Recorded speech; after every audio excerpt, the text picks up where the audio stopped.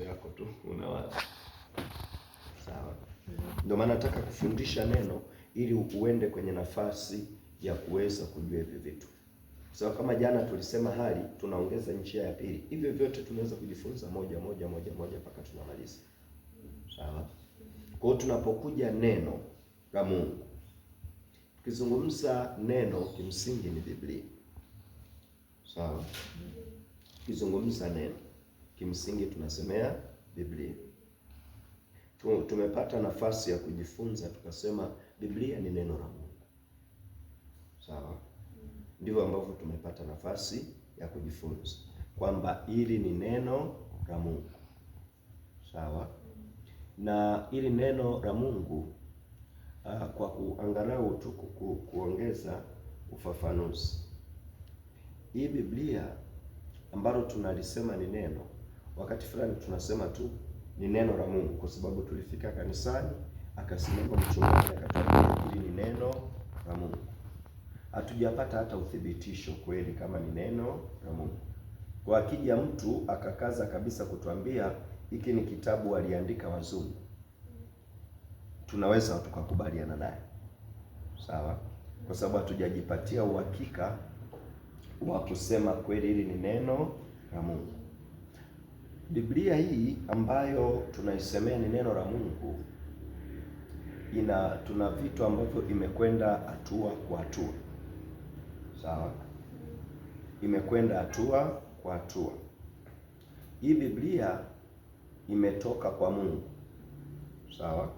Neno imetoka kwa Mungu. Hii ilikuwa ni sauti. Hii ilikuwa ni sauti.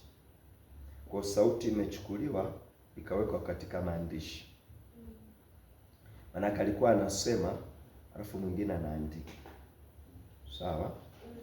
Kwa hiyo huwa tunajifunza Biblia, what is the Bible, tunasema Biblia inatoka kwa Mungu. Sawa? Kutoka kwa Mungu inakuja kwenye makusanyo. Sawa? Amina watu wa Mungu. Kutoka kwenye makusanyo inakuja kwenye makaratasi. Kutoka kwenye makaratasi inakuja kutufikia sisi. Kwa hiyo cha kwanza tunasema from God to canon. Canon ndo makusanyo. From canon to pages. Pages ndo makaratasi. From pages to us. Sawa? Kwa namba moja ilikuwa kwa Mungu. Ilikuwa ile neno lilikuwa kwa Mungu. Kama vile ambavyo tunasoma Yohana 1:1. Unakumbuka hapo mwanzo kulikuwa kwa neno na neno alikuwa Mungu na neno alikuwa kwa Mungu. Sawa? Kwa hiyo neno mwanzoni kabisa alikuwa kwa Mungu. Kwa hiyo hivi vitu vyote vinaasisiwa, vina originate kutoka kwa Mungu. From God to canon. Canon ni vitu gani? Canon nimesema ni makusanyo. Makusanyo kwa maana ya kwamba wakati Mungu anasema alikuwa anawasemesha watu katika watu tofauti katika mazingira tofauti. Sawa? Kwa mfano ukimchukua Musa, nataka ngarau ni kujengea msingi wa kujua hili ni neno la nani? La Mungu. Sawa? Bwana asifiwe. Sio tu kuambiwa hili ni neno la Mungu. Shikaga hivyo hivyo. Ukiulizwa huko unashuhudia sema ni neno la nani? La Mungu. Haujajipatia uhakika kabisa. Sawa? Tukianza kitabu cha Mwanzo kabisa. Mwanzo 1:1. Mwanzo 1:2. Mwanzo 1:3 na kuendelea. Aliyeandika ni Musa. Sawa? Musa aliyeandika kitabu cha Mwanzo. Kwenye maandiko haya Musa ni mtoto mdogo sana. Sawa? Bwana Yesu asifiwe. Kwa sababu Musa anakuja kuzaliwa miaka 400 kasoro. Sawa? Miaka 400 kasoro wana wa Israeli wakiwa kule Misri utumwani. Sawa? Musa ndo anakuja kuzaliwa. Biblia inatutazamisha pale ya kwamba akatoka Amram akamuoa Yokebed, alafu wakazaa watoto kule. Alizaliwa Haruni, akazaliwa Miriam baadaye akaja akazaliwa Musa, wakati imekaribia kutimia miaka 400 ya utumwa. Sasa nyuma ya miaka 400 pana Yakobo, sawa? Wana wa Israeli walikuwa wanaenda utumwani kule Misri. Nyuma ya Yakobo yuko Isaka, nyuma ya Isaka yuko Ibrahim, sawa? Nyuma ya Ibrahimu yuko Tera, yuko Nahori. Unarudi mpaka unakuja kwa Shemu, sawa? Kuja kwa Nuhu, sawa? Inatokea gharika pale. Gharika inapotokea huku nyuma kuna akina Lameki, kuna akina Noa, Enoki, Lameki, Enoki, sawa? Wapo akina Mahalaleli huku. Yaani mpaka unakuja kwenye hii nafasi ya Adamu, yule mwanadamu wa kwanza. Ninaposema Musa ni mtoto mdogo, ninachukua reference ya Adamu na nani? Na Musa. Yaani mpaka Musa anakuja kutokea, yaani kuna pengo kubwa sana hapo katikati. Sawa? Jina la Bwana libarikiwe. Lakini Musa huyo anapokuja kutokea, angalia anapotuandikia, anasema hapo mwanzo Mungu aliziumba mbingu na nchi. Nayo nchi ilikuwa ukiwa na utupu, na giza lilikuwa juu ya uso wa vilindi vya maji. Musa anapoandika ni mtu anayeona. Mungu akasema iwe nuru. Yaani alikuwa anaona. Sawa? Alikuwa anaona nchi ikiwa ukiwa, ikiwa utupu, ikiwa giza. Alafu Mungu alipokuwa anasema nuru iwe, nuru inakuwa. Musa alikuwa anaona vile vitu. Hapo inakuja kukuleta kwamba kwa uhalisia wa huyu Musa aliyezaliwa yule, asingeweza kutuandikia hivi vitu alivyoviandika hapa. Alipokea kutoka kwa nani? Kwa Mungu. Jina la Bwana libarikiwe. Bwana Yesu asifiwe. Kitabu cha Kutoka, sawa, anaweza akaandika Musa. Si mnakumbuka kilivyokaa? Alikuwa anakutana na Mungu, anaandika hivyo. Sawa? Safari inavyoenda wanafika bahari ya Shamu, hiyo anaweza kuandika kwa sababu ni yeye mwenyewe sasa alikuwa kwenye nafasi. Jina la Bwana libarikiwe. Yesu Kristo asifiwe. Unakuja mambo ya Walawi pia unakuja, lakini angalia anachokiandika kwenye mambo ya Walawi. Ni taratibu, ni sheria. Anazikuta wapi? Sawa? Anazipokea kutoka kwa Mungu. Jina la Bwana Yesu libarikiwe. Ninasema, kwa nini ninasema hili ni neno la Mungu? Nataka tutakavyokuwa tunajifunza hapa ya kwamba unaweza ukasikia Mungu anakusemesha kupitia Biblia, kupitia hili neno. Kwa lazima uwe na msingi thabiti kama hili ni neno. Ujue kwa hakika kama hili ni neno la Mungu. Kwa sababu kama una mapokeo tu, kuna mazingira tunakuwa tunapita, tunaanza kulitilia shaka hili neno. Unaambiwa amini, mbona imeandikwa? Unasema nina uhakika gani kama ni Mungu? Kabla hujapitia msimu fulani ni rahisi. Yaani tukiwa tunafundishana ya kwamba siku ukiugua wewe unakiri uponyaji, ni rahisi. Ije siku sasa unaumwa. Sawa? Tuje kwenye msimu halisi sasa, alafu tuone uanze kutendea kazi kile tulichokufundisha. Pale watu ndio wanasema Mungu angekuwepo. Sawa? Jina la Bwana Yesu libarikiwe. Musa anapoandika na anapokuja kuandika Petro, kada za hawa watu ni mbili tofauti. Petro alikuwa mvuvi. Sawa? Musa alikuwa mchungaji wa kondoo kule kwa Yethro wakati Mungu anamtokea. Sawa? Anapokuwa anaandika Luka na anapokuja kuandika Mathayo ni watu wenye kada mbili tofauti. Mathayo alikuwa mtoza ushuru, Luka alikuwa daktari. Sawa? Yesu asifiwe. Anapokuja kuandika Amosi na anakuja kuandika mwingine anaitwa Paulo, watu wawili tofauti. Paulo alikuzwa kama mtu wa sheria, Farisayo, ndivyo alivyolelewa. lakini Amosi amekuzwa kama mchungaji wa ng'ombe. Lakini hao watu pamoja na tofauti za kada zao, wanapoandika wanaandika kitu kinafanana. Haukuti kwamba Amosi kwa sababu ni mfugaji, basi Amosi ni mfugaji na mkulima wa mashamba, anaanza kukinzana na Paulo Farisayo. Kwamba Musa huyu alikuwa mchungaji, anapoandika anakuja kupishana na Yeremia. Hawa watu walikuwa wanaandika vitu vinafanana. Kwa nini? Walikuwa wanapokea kutoka kwenye chanzo kimoja. Jina la Bwana libarikiwe. Wana elimu tofauti, lakini wakiandika wanaandika kitu kinafanana. Alafu wako maeneo tofauti. Tukifanya tu majaribio hapa, sisi tuko tu wachache hapa. Biblia imeandikwa na zaidi ya watu 40.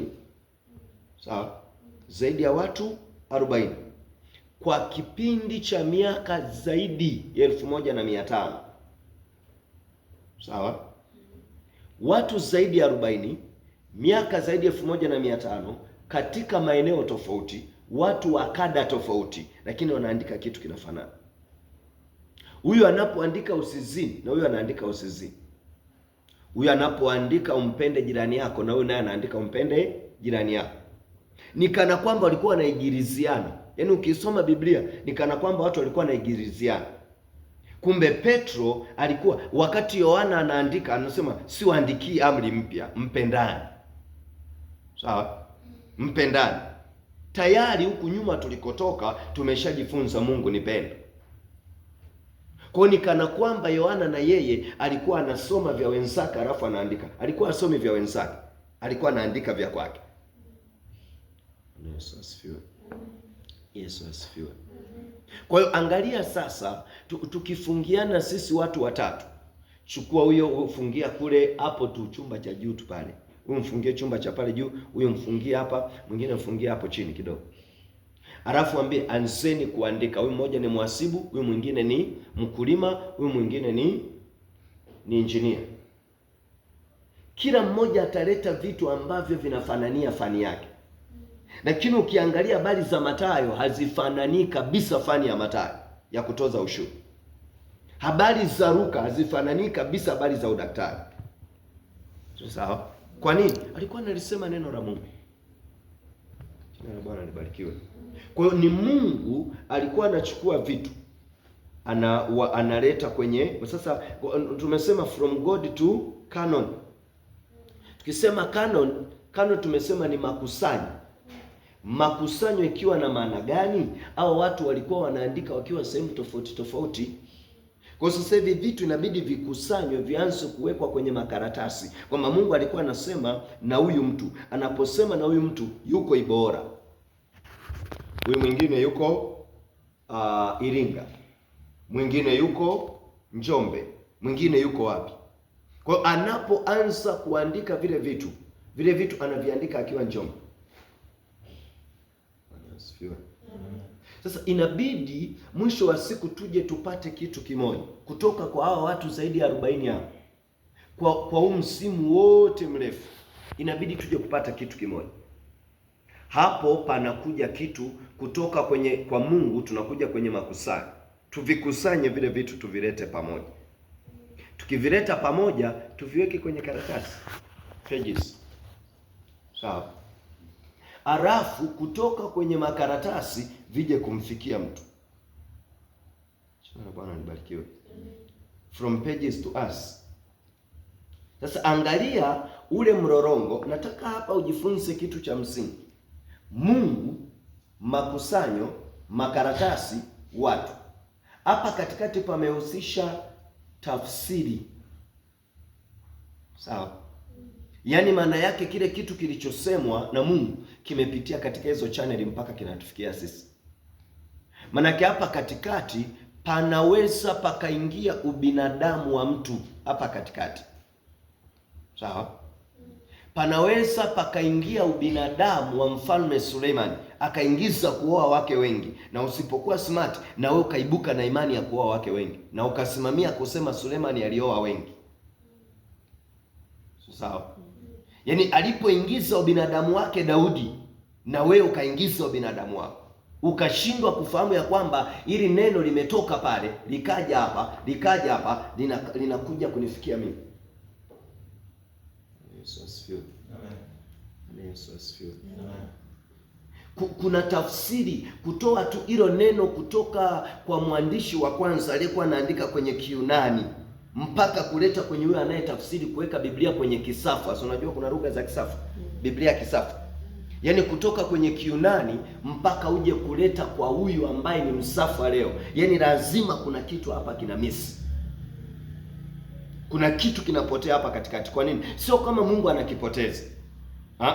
Ni mchakato wa kutafsiri. Jina la Bwana Yesu libarikiwe. Amen. Bwana Yesu asifiwe. Amen.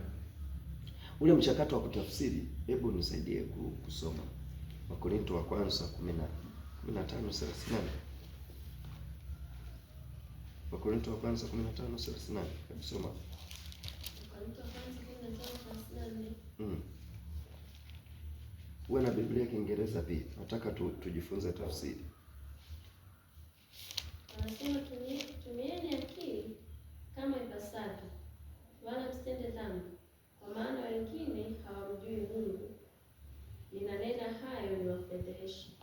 Soma sasa Kiingereza, King James. Tumieni akili kama ipasavyo. Nataka hicho kipengele. Nataka uone matokeo ya kutafsiri. Sawa? Tumieni akili kama ipasavyo. Hicho ni Kiswahili. Nimesema Biblia Kiswahili inatafsiriwa kutoka kwenye Kiingereza. Amen. Aya, Kiingereza, King James Version, ambayo jana nilikuwa nasema hapa ndio toleo la kwanza la Kiingereza. Sawa? Na nikasema King James Version walikuwa wanatoa kutoka kwenye lugha ya asili ya Kiyunani. Walikuwa hawatafsiri kutoka kwenye Kijerumani ambacho alitafsiri Martin Luther. Walikuwa hawafasiri kutoka kwenye Kilatino. Walikuwa wanafasiri kutoka kwenye Kiyunani na Kigiriki. Amen. Nisome. But some man will say, Rudi. Mstari wa 34. Rudi anasema, awake to the righteousness. And sin not, for some have not the knowledge of God. I speak this to your shame. Bwana Yesu asifiwe.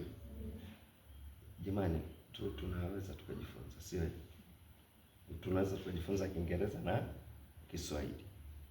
Tumieni akili yenu kama ipasavyo. Hicho ni Kiswahili. Kiingereza kinasema awake to the righteousness. Sawa? Rudia tena kusoma. Awake to righteousness. Awake to righteousness. And sin not. And sin not. Amkeni kwa ajili ya utakatifu na msitende dhambi. For some have not the knowledge of God. For some have not the knowledge of God. Kwa sababu baadhi hawana elimu ya kimungu. I speak this to your shame. Ninasema haya ili niwafedheshe. Kuna sehemu pale panaonekana tumieni akili ipasavyo. Turudie. Sababu mjaelewa. Nafundisha tafsiri. Huyu aliyetafsiri huyu ametoa pale. Sawa? Alichukua Biblia ya Kiingereza akawa analeta kwenye Kiswahili. Huyu kwenye Kiswahili anasema tumieni akili yenu ipasavyo wala msitende dhambi. Lakini mwandishi aliyekuwa anatoa kwenye Kiyunani anasema awake for righteousness. Muwe hai, muamshwe kwa ajili ya utauwa. Sawa? Kwa sababu wengine hawana elimu ya kimungu. For some have no knowledge of God. Awake for righteousness and sin not. Muamshwe kwa ajili ya haki na msitende dhambi. Kwa sababu wako wengine hawana elimu ya kimungu. Ni nini ambacho kinatoka hapa? Ya kwamba hapa pana mwaliko wa kuishi maisha matakatifu. Lakini hapa pana mwaliko wa kutumia akili ipasavyo. Jina la Bwana libarikiwe. Amen. Bwana Yesu asifiwe. Amen. Kwa hapo ndipo ambapo anaweza akaja mtu akatukaza kabisa kutumia akili. Na akawa anasimamia andiko hili limoja. tumieni akili ipasavyo. Na kweli watu wanatumia akili vizuri. Muda wa biashara, hawaji kwenye ibada, wanaenda kwenye biashara yao. Sasa lazima tuwe na akili. Biblia inasema tutumie akili vizuri. Lakini tukihamia kwenye Kiingereza inasema awake for righteousness and sin not. Sawa?